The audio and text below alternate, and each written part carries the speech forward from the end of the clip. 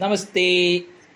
ശ്രീ വിശ്വനാഥൻ ഗുരുകുലം മായങ്കാവ് ദേവസ്ഥാനക്കളരി അദ്ദേഹം രചിച്ച ശ്രീമദ് വിഷ്ണുമായ പുണ്യപുരാണം എന്ന ഗ്രന്ഥത്തിലെ അധ്യായം 6 ശ്രീ ധർമ്മശാസ്ത്ര ഉൽപ്പത്തി. മഹാമായയായ വിഷ്ണുമായ സ്വാമിയുടെ അംശാവതാര സമയമടുത്തപ്പോൾ ശ്രീ പരമേശ്വരനിൽ കാമദേവൻ അനുരാഗത്തിൻ്റെ വിത്തുകൾ പാകി. ആ വിത്തുകൾ വളർന്ന് പാലാഴി മദനക്കാലത്ത് മഹാവിഷ്ണു മോഹിനി രൂപത്തിൽ ചെന്നെത്തി. ആ മോഹിനി രൂപത്തെ തനിക്ക് വീണ്ടും ദർശിക്കണമെന്ന് മഹാദേവൻ ആഗ്രഹിച്ചു.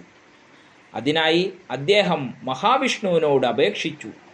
അതിൻ്റെ ആവശ്യകത മഹാവിഷ്ണുവിന് മനസ്സിലായി. അതുകൊണ്ടായിരിക്കണം വീണ്ടും മഹാവിഷ്ണു മോഹിനി രൂപം കൈക്കൊണ്ടത്. അങ്ങനെ ആ സംഗമത്തിൽ നിന്നും ഉത്ഭവിച്ച അവതാരമാണ് ശാസ്താവ്. ശാസ്താവ് കുറേ കാലം കൈലാസത്തിൽ വസിച്ചു. പരമേശ്വരൻ്റെ നിർദ്ദേശമനുസരിച്ച് അയ്യപ്പൻ മഹർഷി മർദ്ദനത്തിനുമായി ശൈശവരൂപം കൈക്കൊണ്ട് പമ്പ നദീക്കരയിൽ കിടന്നു.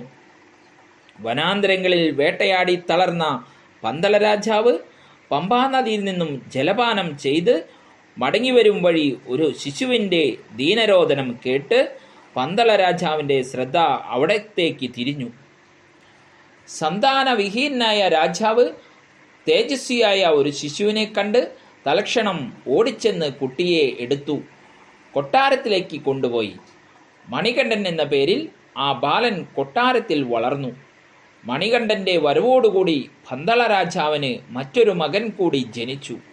രാജാവിൽ നിന്നുള്ള കുട്ടിയുടെ ജനനശേഷം മൂത്ത മകനായ മണികണ്ഠനെ രാജ്ഞിക്ക് തീരെ ഇഷ്ടമില്ലാതായി.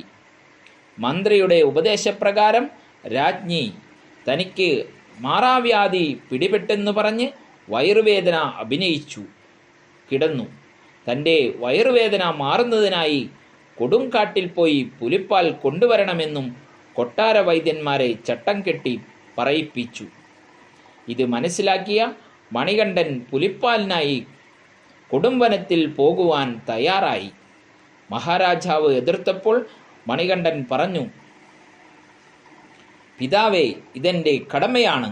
അമ്മയുടെ കടുത്ത വയറുവേദന ഇല്ലാതാവേണ്ടത് എൻ്റെ ആവശ്യമാണ്.